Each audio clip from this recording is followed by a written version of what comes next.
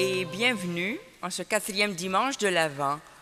Comme chant d'entrée, le chant thème à la page 25.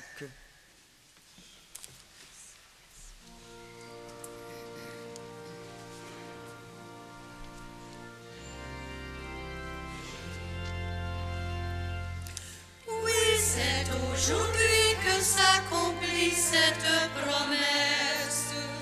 Oui, c'est aujourd'hui que Dieu fait naître sa tendresse.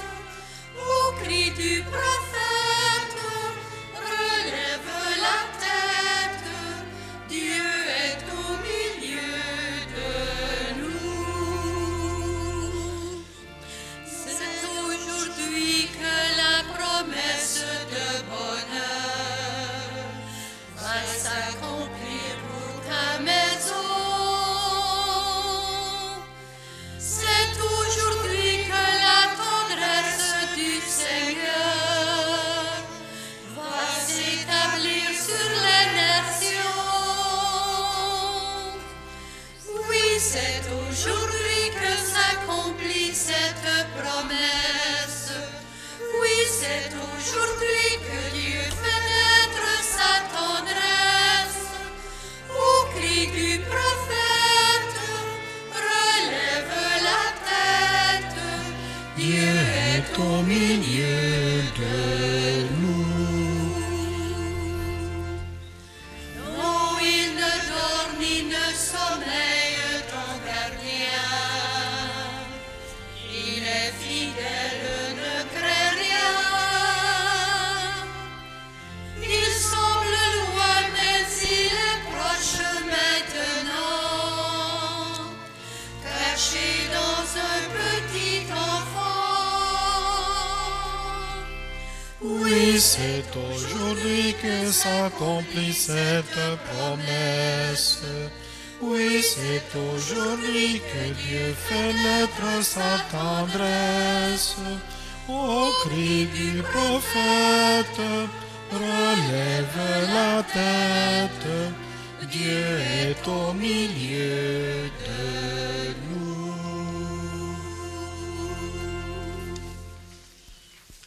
On s'améliore chaque fois. On s'améliore. Au nom du Père et du Fils et du Saint-Esprit, que le Dieu de toute bonté et de toute miséricorde, qui envoie son Fils pour notre salut, vous donne la grâce et la paix. En ce dernier dimanche de l'Avent, la parole de Dieu nous présente Marie comme modèle.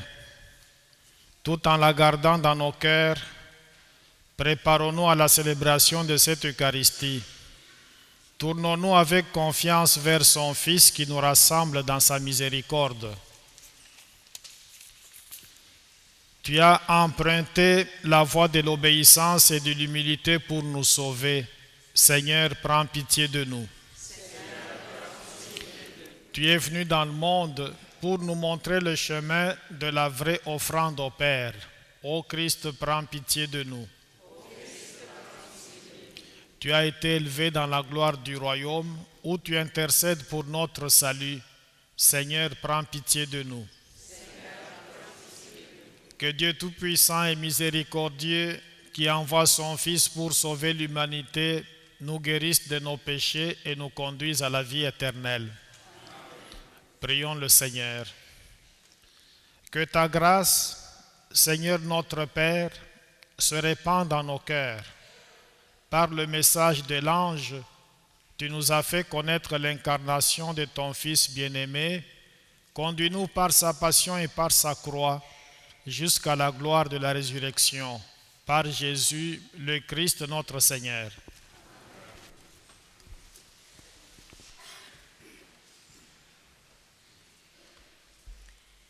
Du livre de Michée. Parole du Seigneur. Toi, Bethléem Ephrata, le plus petit des clans de Juda, c'est de toi que je ferai sortir celui qui doit gouverner Israël. Ses origines remontent aux temps anciens, à l'aube des siècles. Après un temps de délaissement, viendra un jour où enfantera celle qui doit enfanter, et ceux de ses frères qui resteront rejoindront les enfants d'Israël. Il se dressera et il sera leur berger par la puissance du Seigneur, par la majesté du nom de son Dieu. Ils vivront en sécurité, car désormais sa puissance s'étendra jusqu'aux extrémités de la terre, et lui-même, il sera la paix. Parole du Seigneur.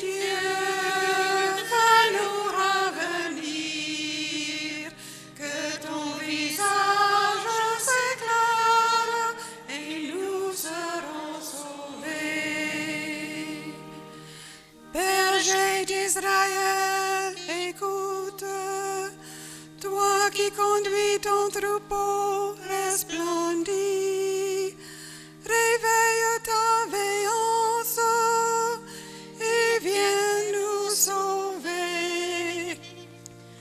Dieu, fais-nous revenir, que ton visage s'éclaire et nous serons sauvés. Dieu de l'univers, reviens, du haut des cieux, regarde et vois. Visite cette vigne, protège-la, celle qu'a planté ta main puissante. Dieu, fais-nous revenir, que ton visage s'éclaire et nous serons sauvés. Que ta main soutienne ton protégé, le Fils de l'homme qui te doit sa force. Jamais plus nous n'irons loin de toi. Fais-nous vivre et invoquer ton nom. Dieu, fais-nous revenir, que ton visage s'éclaire et nous serons sauvés.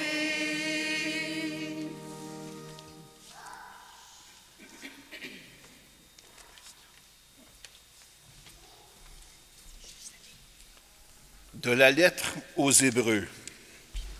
En entrant dans le monde, le Christ dit, d'après le psaume, « Tu n'as pas voulu de sacrifice ni d'offrande, mais tu m'as fait un corps. Tu n'as pas accepté les holocaustes ni les expiations. Alors je te dis, me voici, mon Dieu.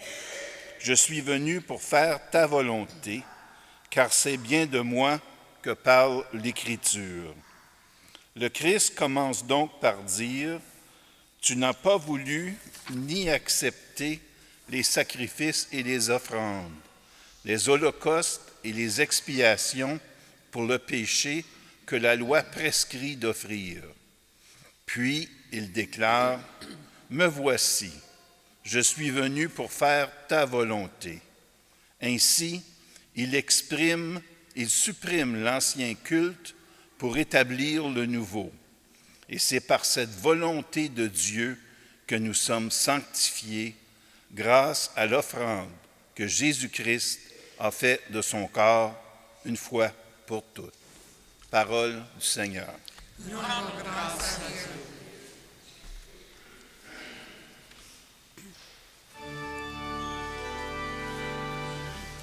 Alléluia.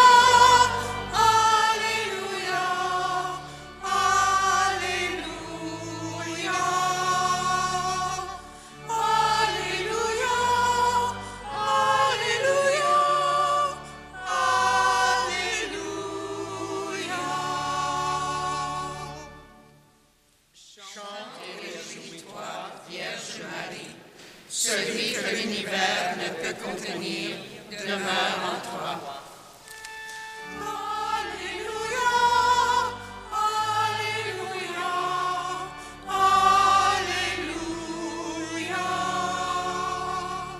Alléluia, Alléluia, Alléluia.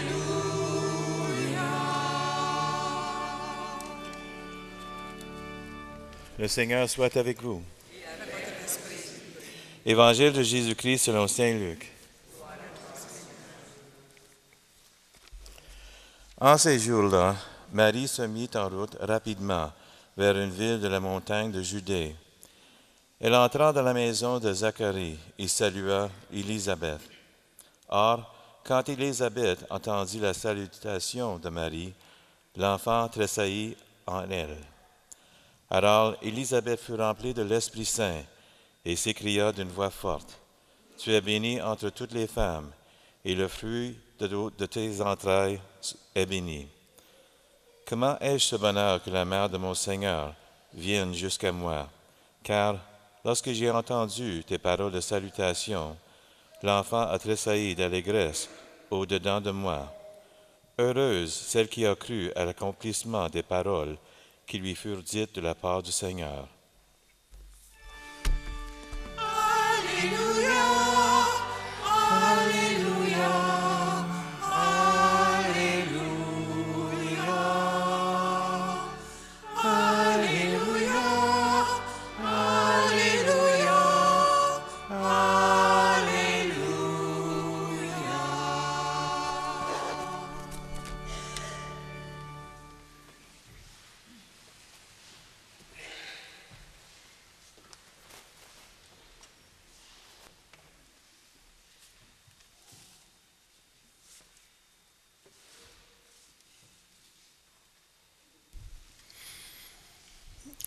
Je vais faire mon sermon, mon homélie en me basant sur les personnages qu'on trouve dans l'évangile qu'on vient d'écouter. Parmi ces personnages, on voit Marie, on voit aussi Élisabeth, et on voit aussi, même si on ne le voit pas, on voit aussi Jean-Baptiste. On va dire, mais où est-ce que Jean-Baptiste se trouve dans cet évangile? Mais on parle d'un enfant qui va tressaillir d'allégresse dans le sein d'Élisabeth. C'est Jean-Baptiste. Marie, quand on la regarde dans cet évangile, on peut dire qu'elle fait preuve de deux qualités, de deux bonnes valeurs, de deux vertus.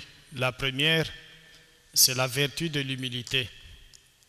Marie vient d'avoir l'annonce de l'ange qui lui dit « Tu vas concevoir, tu vas enfanter un fils, et ce fils n'est pas n'importe qui, il est celui qui va mourir comme victime d'expiation pour les péchés de l'humanité. Il est le sauveur du monde. » Marie a donc cette nouvelle-là. Elle sait que c'est elle qui va être la future mère du Seigneur.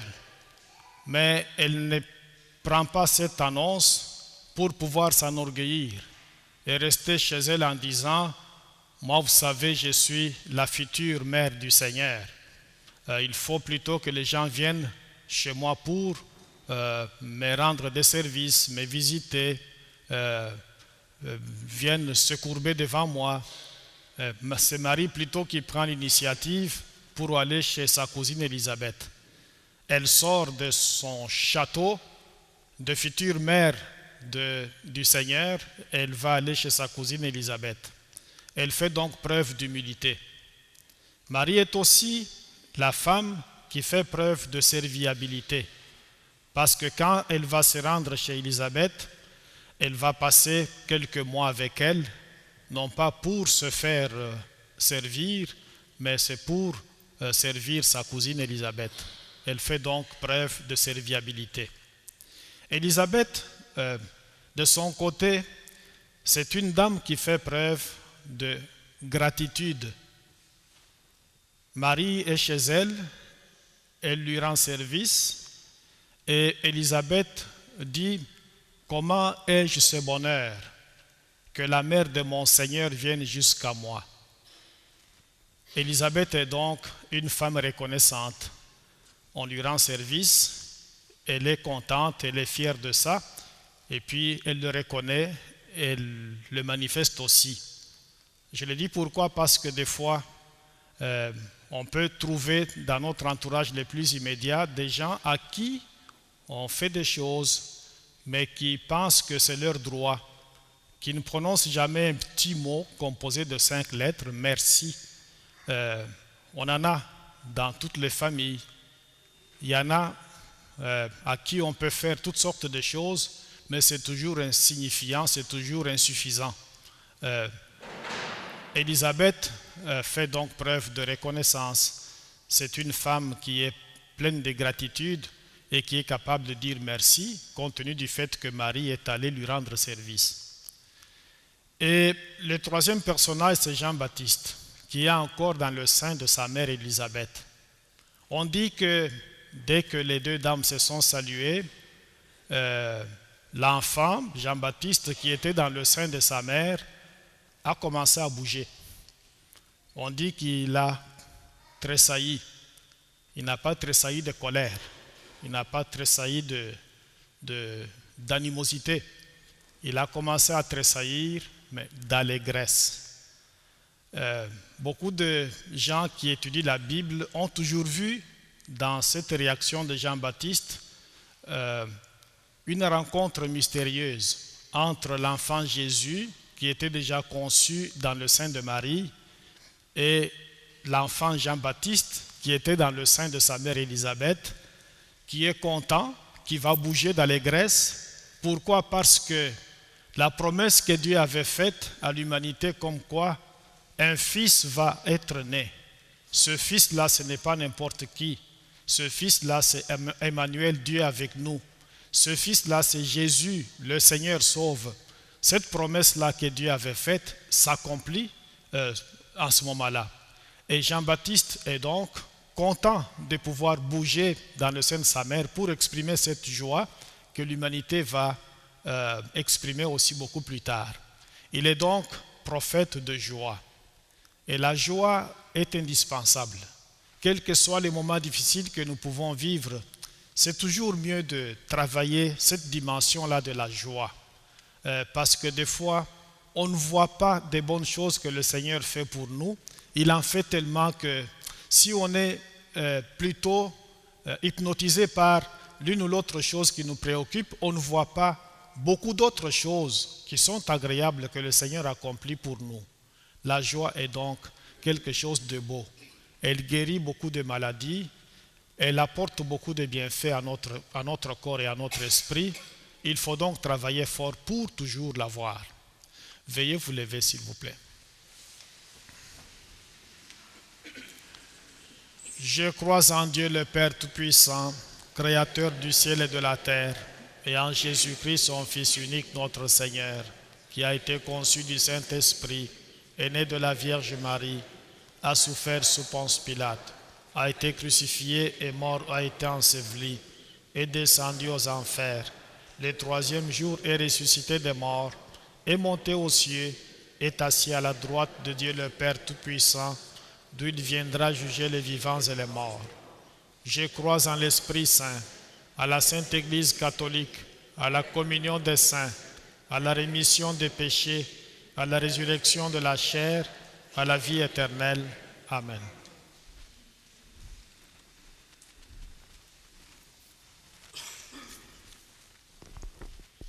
En communion avec nos frères et sœurs qui célèbrent l'Eucharistie de par le monde, implorons le Père de répondre aux attentes de ses enfants. Ô Dieu qui viens, écoute-nous. Pour l'Église, afin qu'à l'exemple de Marie, elle continue à être le lieu de la présence de Dieu, prions le Seigneur. Ô Dieu qui viens, écoute-nous. Pour les dirigeants des nations, afin que leur service se traduise de plus en plus par le don de soi, prions le Seigneur. Ô Dieu qui viens, écoute-nous.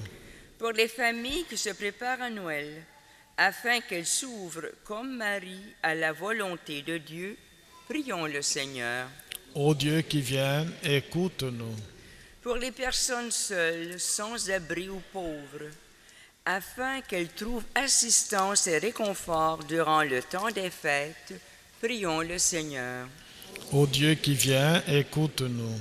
Pour les fidèles de notre communauté, afin qu'ils grandissent dans l'obéissance de la foi et apprennent à collaborer à la réalisation du dessein de Dieu pour le monde, prions le Seigneur. Ô Dieu qui viens, écoute-nous. Je recommande à vos prières Réjeanne Hoth, dont les funérailles vont être célébrées mardi prochain à 11h. Elle était fille d'Isabelle et c'est une dame qui est bien connue. Dieu de toute sollicitude, tu connais nos besoins et nos attentes les plus profondes. Exauce nos prières en ce jour et nos cœurs seront comblés de joie. Nous te le demandons par Jésus, le Christ notre Seigneur. Amen.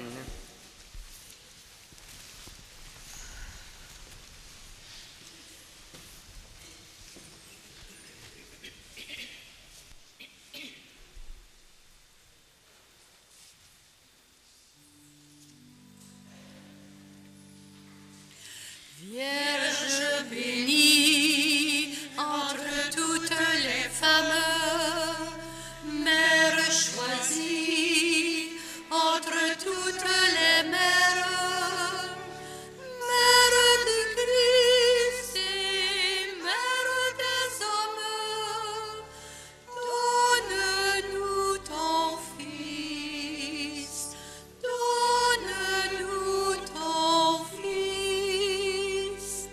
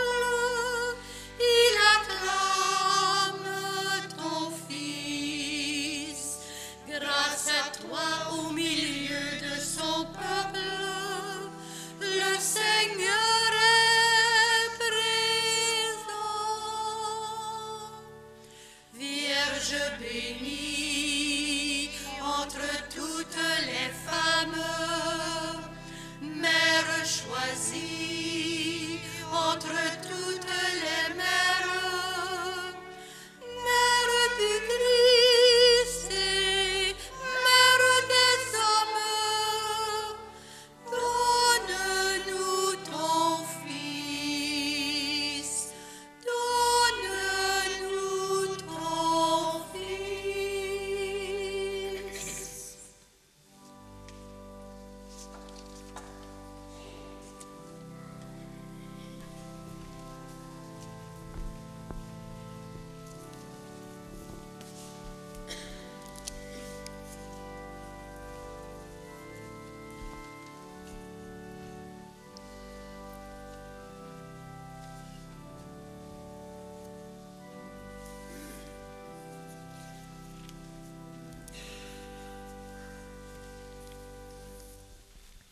Prions ensemble au moment d'offrir le sacrifice de toute l'Église. Que ton Esprit, Seigneur notre Dieu, dont la puissance a fécondé le sein de la Vierge Marie, consacre les offrandes posées sur cet autel, par Jésus, le Christ notre Seigneur. Le Seigneur soit avec vous. Élevons notre cœur. Rendons grâce au Seigneur notre Dieu. Vraiment, il est juste et bon de te rendre gloire, de t'offrir notre action de grâce toujours et en tout lieu, à toi Père très saint, Dieu éternel et tout-puissant, par le Christ notre Seigneur. Il est celui que tous les prophètes avaient chanté, celui que la Vierge attendait avec amour, celui dont Jean-Baptiste a proclamé la venue et révélé la présence au milieu des humains. Celui qui nous donne la joie d'entrer déjà dans le mystère de Noël pour qu'il nous trouve quand il viendra vigilants dans la prière et remplis d'allégresse. C'est pourquoi, avec les anges et les archanges, avec les puissances d'en haut et tous les esprits bienheureux, nous chantons l'hymne de ta gloire et sans fin nous proclamons: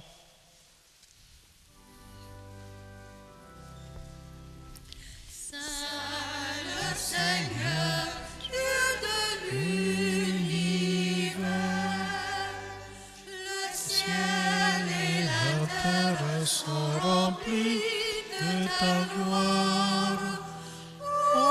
Hosanna au plus haut des cieux. Saint le Seigneur, Dieu de l'univers, béni soit celui qui vient au nom du Seigneur. Hosanna au plus haut des cieux. Saint le Seigneur, Dieu de l'univers.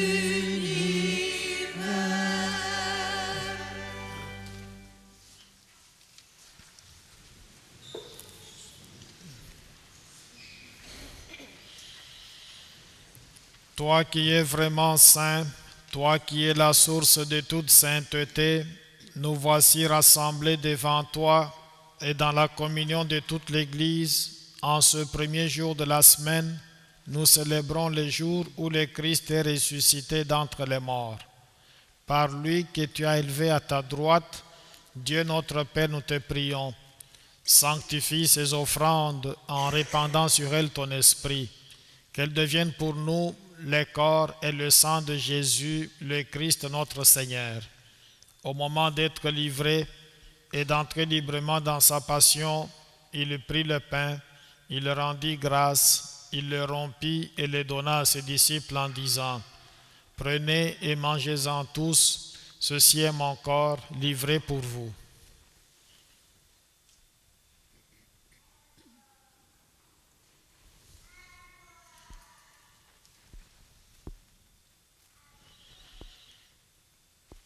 De même, à la fin du repas, il prit la coupe. De nouveau, il rendit grâce et la donna à ses disciples en disant: Prenez et buvez-en tous, car ceci est la coupe de mon sang, le sang de l'alliance nouvelle et éternelle, qui sera versé pour vous et pour la multitude en rémission des péchés. Vous ferez cela en mémoire de moi.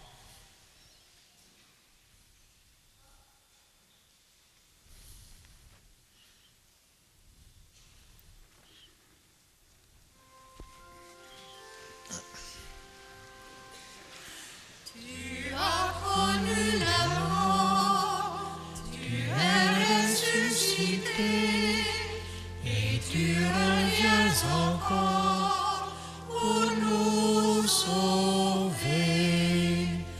Tu as connu la mort, tu es ressuscité, et tu reviens encore pour nous sauver.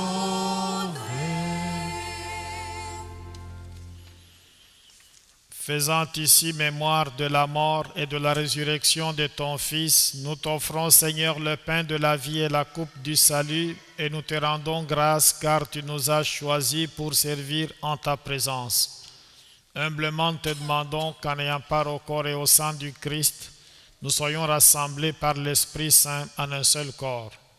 Souviens-toi, Seigneur, de ton Église répandue à travers le monde.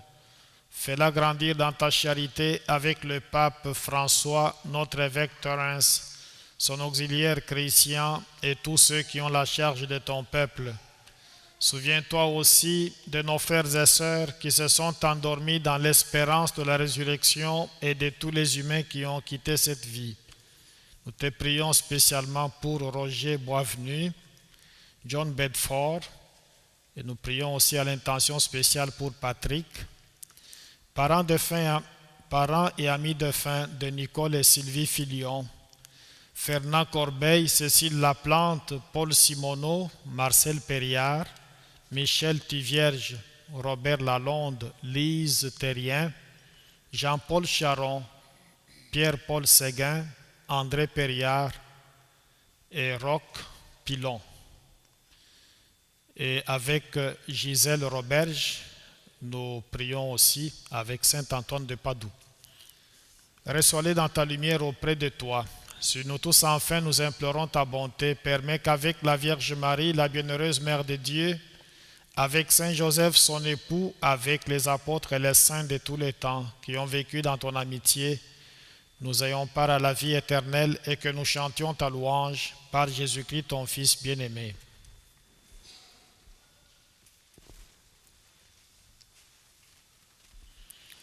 Par lui, avec lui et en lui, à toi, Dieu le Père Tout-Puissant, dans l'unité du Saint-Esprit, tout honneur et toute gloire pour les siècles des siècles.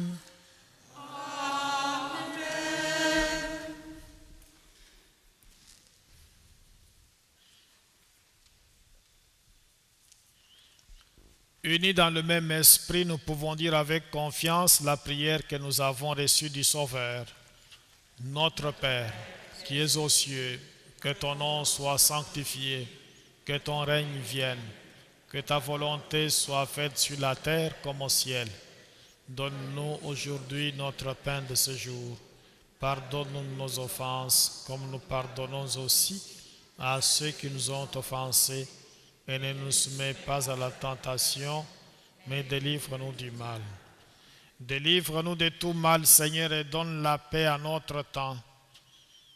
Par ta miséricorde, libère-nous du péché, rassure-nous devant les épreuves, en cette vie où nous espérons le bonheur que tu promets et l'avènement de Jésus-Christ, notre Sauveur.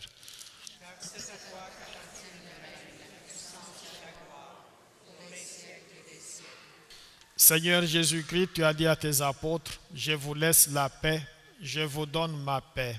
Ne regarde pas nos péchés, mais la foi de ton Église. Pour que ta volonté s'accomplisse, donne-lui toujours cette paix et conduis-la vers l'unité parfaite, toi qui règnes pour les siècles des siècles. Que la paix du Seigneur soit toujours avec vous. Frères et sœurs, dans la charité du Christ, donne-nous un signe de sa paix. La paix du Seigneur, amen.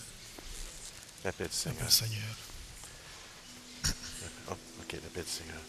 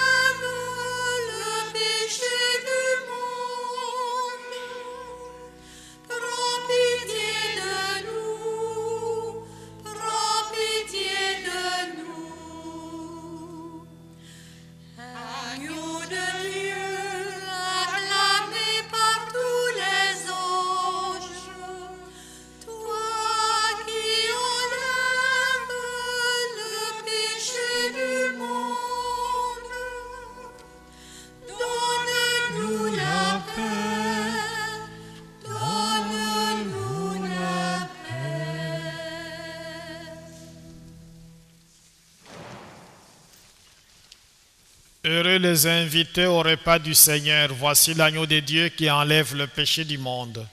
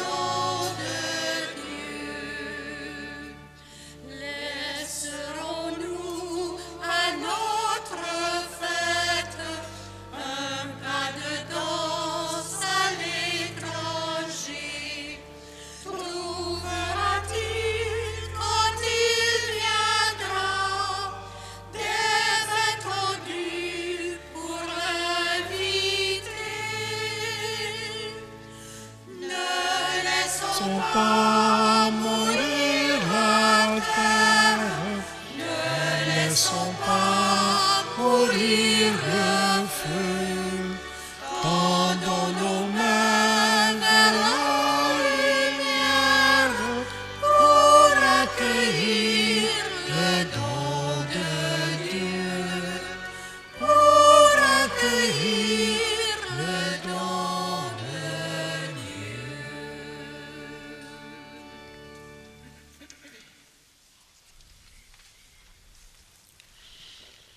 En sortant de l'église, prenez avec vous le feuillet paroissial. Il y a les heures de messe pour la veille de Noël et le jour de Noël.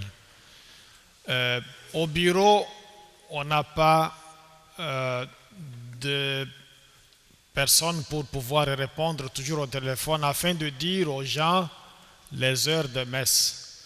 Donc, chacun de nous est messager, messagère, là où nous passons quand les gens veulent connaître les heures de messe. Chacun de nous étant messager, on peut donc communiquer les heures de messe aux gens qui vont nous poser la question.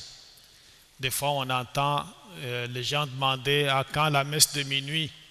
Alors, je réponds en disant, on n'en a pas ici, dans notre belle cité de Rockland. On n'a pas de messe de minuit.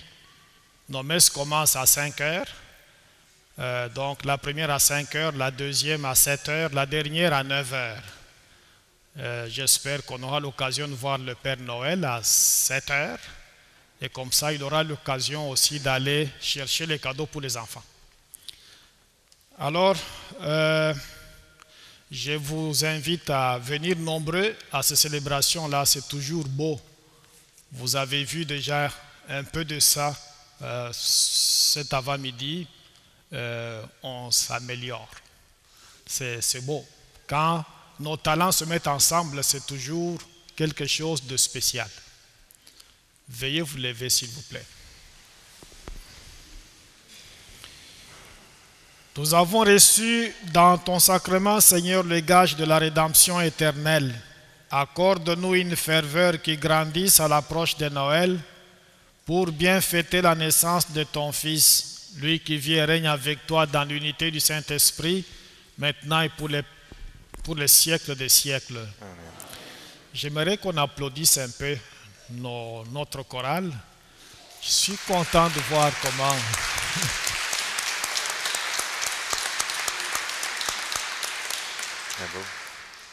Le Seigneur soit avec vous. Que Dieu Tout-Puissant vous bénisse, le Père, le Fils et le Saint-Esprit. Amen. Je vous souhaite un beau dimanche. Allez dans la paix du Christ. Nous rendons grâce à Dieu.